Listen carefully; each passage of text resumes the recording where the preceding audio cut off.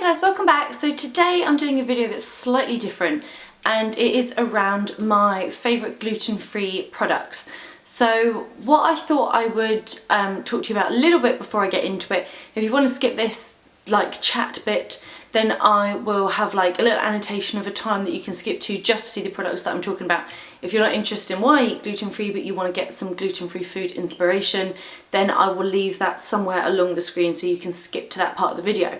For those of you who are interested in the reason why I am trying to eat a few more gluten-free things in my diary, then keep watching. So one of the reasons why I'm starting to try and have more gluten-free things in my diet is I say recently, it was kind of at the beginning of this year, got told that I was pretty much borderline underactive thyroid, and that kind of freaked me out a little bit because I straight away hear that everyone that's borderline underactive, they are really unwell and they struggle with getting the right medication and they put on so much weight, and there was all these different things that were really worrying me about it.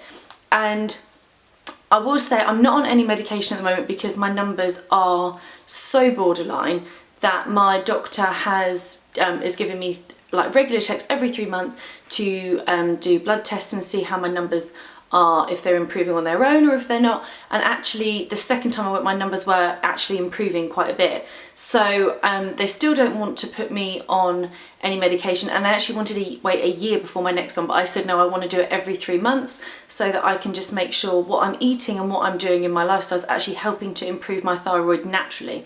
So saying that, I've never studied anything nutritional ever in my life.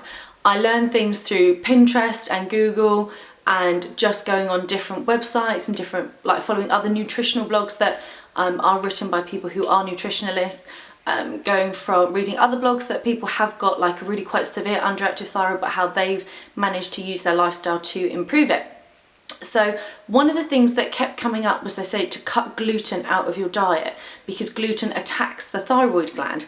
So I was like, oh, that's quite tough to do because it's surprising that like wheat and gluten is in so many food products that you wouldn't even think about, things even just like sauces, because they just use it to thicken it out. So I did so much research and I found some really great websites, and I found some really helpful kind of charts on Pinterest of foods to avoid and foods that are really good for it, and trying to find any vitamins that I can use that might be able to help naturally improve my thyroid function. Saying that, I have pretty much no symptoms of an underactive thyroid, apart from the fact that my hair is naturally really quite dry, my nails are really brittle, and that's pretty much it. My skin is quite dry, but as you guys know, I've always had dry skin, and when I've had previous blood tests last year, my thyroid was fine. So they actually think the problem that my thyroid happened was when I had really severe flu in December, and they said it happens after some sort of virus, and they said, have you had flu in the past year? And I said yes, I had it in December, and that was kind of why they think my thyroid function has not been great since. So saying that, they do say that actually because of that, your body can naturally start to heal itself if you try and do things along with it to help improve my thyroid gland. So that aside, I've done quite a bit of experimenting with foods and trying to find food that there is less gluten in. Now, I am not 100% gluten-free. I will still, if I go out to a restaurant, I don't worry about it. I think it's not going to hurt me having one meal a week. It's not going to change my whole thyroid. But I will try my best to do it when I'm at home and when we're making our own dinners. And I do, since my numbers improved, I do have like 2 kind of cheat days a week. Saying that, sometimes one of those days it will naturally end up being like a gluten-free day anyway. So I think, well, I've only done one bad day that week.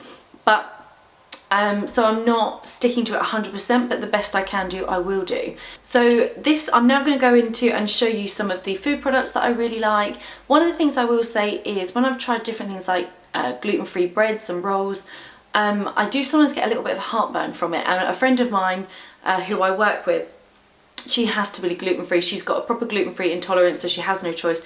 And she gets heartburn with some of the not naturally gluten-free products. And she'll get heartburn as well. So I've kind of cut that out. So I'm just not really eating any bread ever anymore. Unless like if we go to an Italian, I might get some like garlic bread or something, and I will treat myself. But I never have toast, I never have sandwiches. I've never been a sandwich fan anyway. So I'm not really having a lot of bread in my diet. So that is something I will say, that you might find if you're trying to find gluten-free alternatives to bread, you might get a bit of heartburn. But that's just something that I found and that my friend has found. Anyway, I'm now going to show you some of the food that I have really been drawn to and that I really like. So first up, I'm going to talk to you about something that I have for breakfast. And I will say I do all of our food shopping with Ocado, and I know Ocado for a lot of people is quite expensive, but we choose to do Ocado because we'd rather put our money into something that like some people won't care what they'll spend on their food shop or where they go, and that's fine, but we like to try and be as much like organic and free range as possible because we think it's nutrition for our body. So we do actually not mind spending a bit more money on our food, and we might spend less money on something else. So one thing I'm going to show you, which is actually from Waitrose, because Waitrose is on Ocado, is these porridge oats. These are the free from. Now I will say generally you can just have normal oats and it's fine for a lot of people that have to eat gluten-free, but these were actually not, I don't think they're too expensive, and they last me ages, so I don't mind the fact that they're gluten-free. But if you do need to be gluten-free, then you probably would be fine just using regular oats. But I really like these. They are the free from porridge oats. They are the rolled pure jumbo oats, perfect for warm for breakfast. So I just have this for breakfast in the morning. I actually just use cups to measure it out. So I use a quarter cup. No, I use a half cup. I fill up in the saucepan, and then I use nearly a full cup of milk. I don't like water with it, so I do put milk with it to have my porridge, and then I just put like a coconut sugar on the top, not a regular sugar. But these are really, really nice. They say that there's only like 10 servings. This lasts me like 2 weeks. So they're really, and Dan doesn't use this, but something that is really good is it's rich in fibre, and a lot of things when you're gluten-free you won't get as much fibre in your diet. So I have tried to find things that are also high in fibre, but that's what I will generally have with my breakfast, and sometimes I might sprinkle like some blueberries or something on top. Then for kind of adding things to dinner and things, what I really, really like, and some things here I'm going to show you are naturally gluten-free. One thing is this organic quinoa. And I really like this one. It's obviously vegetarian, so that's really good. Not that I am vegetarian, but it's high in protein. It is organic as well. And obviously it's the super grain alternative to rice. And when you're gluten-free, you should, not gluten-free, when you have an underactive thyroid, rice is also something you shouldn't really have a lot of. So quinoa is a really good alternative. Now, I've used so much of this, and as you can see, it still looks pretty much full. I can't even remember the last time I bought this. It was a couple of weeks ago, and I will add this just on top of salads, or even when I'm having dinner, if I've got a salad, I'll just cook like a cup full of it and put it onto my salad and have it with maybe some chicken or something like that. But I really like this. Again, I love the fact that it's organic, but this is the 500 grams Pearl Quinoa, and it's the Alice and Oscar's mother grain quinoa, yeah. Oh, and it's voted Peru's best tasting quinoa, apparently. One thing that is an absolute favourite of mine is pasta, and cutting out pasta I found is really, really hard. I love eating pasta. So to find gluten-free pasta has been really difficult, and this one, and you can't really see it, is my favourite gluten-free pasta that I have tried. Now, one company that is really good that I've found to try and find gluten-free and organic is the Dove's Farm, and this is gluten-free brown rice pasta, and it is really, really good. It's also, or like Soil Association, and obviously gluten-free. It's without gluten, wheat, milk, peanuts, sesames, egg, or soya. So it says egg or soya. But anyway, so if you've got a diet where you are allergic to loads of things, then definitely check out Dove's Farm, because they do a massive range of really, really good products. What I will say with this, you've got to rinse the pasta afterwards. It will create a weird sort of foam, and I've found that with a lot of gluten-free pastas. So when I cook it, I just like either boil the kettle and pour just hot water over the top of it, or just quickly use it under the hot water tap, to be honest, when I'm draining it, just to make sure you take the coating off it, because that does seem to happen a lot. But this, I think this is like £2 for this bag. Dan doesn't use it. I will cook him a separate pasta, mainly because it's so much cheaper. His pasta is like 50p or a pound for a bag, and then this is £2. So if we both end up using this one, then our food bill is going to be a lot more expensive. This is kind of a treat thing for dinner, so this is not about being healthy, but this is also on Ocado, and it is these organic hot dogs. They're Soil Association, free range, 97% pork, and they're gluten free as well. So I love kind of Frankfurter hot dogs. I really, really love them. We don't have them a lot, but if there was something like I wanted us to have, you know, a bit of a treat hot dog meal, then I will buy these.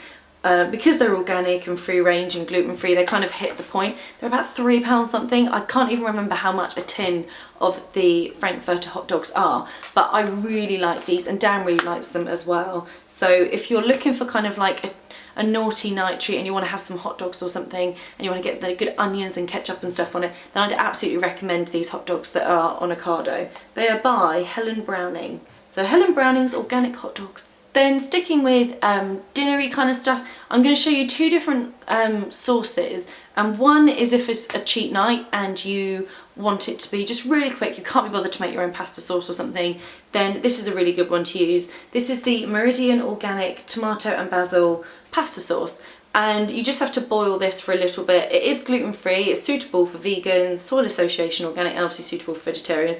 But with this, what I will generally do is get some mushrooms and just chop the mushrooms up, and when I'm cooking the sauce I will just chuck the mushrooms in with it just to add a little bit more to it, so that the pasta sauce has got a bit more. But I like the fact it's organic and it's got you know, we can eat everything in it, but it's wheat, gluten and dairy free, it says, and pretty much everything is organic as well. The other sauce kind of thing is if you are going to make your own pasta sauce, and I really like to make chili prawn linguine, that is my favourite, and I've just bought some new gluten-free linguine which I haven't tried yet, so that's why I didn't want to include it here in case I didn't like it, but I am trying some new ones. But what I like is the Mr. Organic Italian passata, and this is what I will use with like some chopped tomatoes, and I'll put some fresh chilli in, and I will use this like with some garlic and some onions for my prawns. But this is got no added salt or sugar, it's vegetarian and vegan, gluten-free, and it's got 0 air miles, and it's the Soil Association for organic as well. So I really like this. Again, this is the same as the other pasta sauce. Often they will put like gluten in it, like flour and stuff in it, to try and bulk out the sauce to make it a bit thicker. But this is such a good size as well, and it's not very expensive. Don't think it's over £2, so you can definitely use that for 2 different pasta sauces if you were going to do 2 in a week. But I will use this if I'm going to make our own pasta sauce. One thing which I think is naturally organic is naturally kind of gluten-free, I think, I'm not sure, is the, I think they're called Calio, the organic lightly salted whole grain low fat rice cakes. And I really, really like these, as you can see. I've gone through so many of these since I've not been able to eat as much gluten, because there's no calories in them. They're actually quite filling. They're gluten-free, there's 29 calories per rice cake. They're vegetarian, vegan and celiac friendly. And what I will do is I will just have this as a snack really, and I will put like maybe peanut butter on the top of them, and sometimes even put a little bit of fruit on top, or I might put some avocado, spread some avocado on it, and grate a little bit of cheese and then put some tomatoes on, and they're just a really nice kind of quick healthy snack after work, or even if I'm having it for lunch I'll make a couple of them up. And staying along the lines of what I would put on them is my favourite peanut butter. This is the Whole Earth Crunchy Organic Peanut Butter. Again, this they say is Soil Association, it's gluten free. Again, it's really high in fibre, which is what you want to have if you're not having so much gluten. I don't even know if any peanut butter would be gluten-free or not, but I didn't buy this initially to be gluten-free. I bought it because I really love the taste of this peanut butter. It's amazing. And then when I looked on the side, I happened to see it was gluten-free. I thought, oh, well, that's a bonus. That means I don't have to change my peanut butter. I do see that with an underactive thyroid, you shouldn't really have peanuts, but this is something that I'm just like, I can't give up. I love peanut butter too much. So I'm thinking with everything else I'm doing, a little bit of peanuts, and the odd cheat meal is not gonna be the end of me for that. So I really, really like this. It is nearly £3. I think it's about £2.70, so it is quite expensive. And me and Dan are quite big peanut butter fans, so we go through them nearly every week, nearly every 2 weeks. So we do have to buy it quite frequently. Then for treats, so this is the kind of the fun part for me. This is the bit that one I really struggled with at first to find anything, and then when I did, I was over the moon. Now these are not going to be anything I'm not a calorie counter or anything, and so don't look at them and think, oh, they'll be really bad for you. That's not why I do it. It's gluten-free and I really like the taste of them, and I think if I'm trying to be good everywhere else, then I'm going to eat the treats that I kind of want to eat within reason. And one of them again is by Dove's Farm, so the same company as the pasta, and these are organic and free from gluten, milk, peanut, egg and soya, and this is the chocolate chip flapjacks, and they're baked with 70% cocoa solids, chocolate and whole grain oats. These are so expensive. They're nearly £3 and they're 4 bars. So I can totally understand if people wouldn't buy these, but I think they're so yummy. And they're my mid-morning snack. I have like a banana and one of these at work at my desk. And I like the fact that because it's 70% cocoa, that means obviously it's dark chocolate, and dark chocolate is better for you. But I absolutely love these so much. They have about 4 different varieties. I've had the apple one, but this one is my favourite so far. But like I said, I've bought them all on Ocado, so I'm yet to try the other 2 flavours, but I really like these. And then the last kind of the treat ones is the Eat Natural. Now I really love the, there was something else from Eat Natural I really like. I can't remember what they are now, but I haven't bought them. But these are gluten-free Eat Natural fruit and nut bars. They're dark chocolate again with cranberries and macadamias, which cranberries and macadamias are also fine for underactive thyroid, but they are gluten-free, okay for veggies. They're made in the UK as well, so that's really good. But they are like quite high calories. There's quite a lot of sugar and stuff in them. I think carbohydrates, of which is sugars, 13.4 grams. So they are quite high in sugars, but they're such tiny little bars, and I just think sometimes when I get in from work, and Dan doesn't usually get home for about an hour to 2 hours after me, I need something to keep me going before dinner, and this will be something, if I can't bother to make anything, I can grab this out of the cupboard and I can just have that, and it will just keep me going.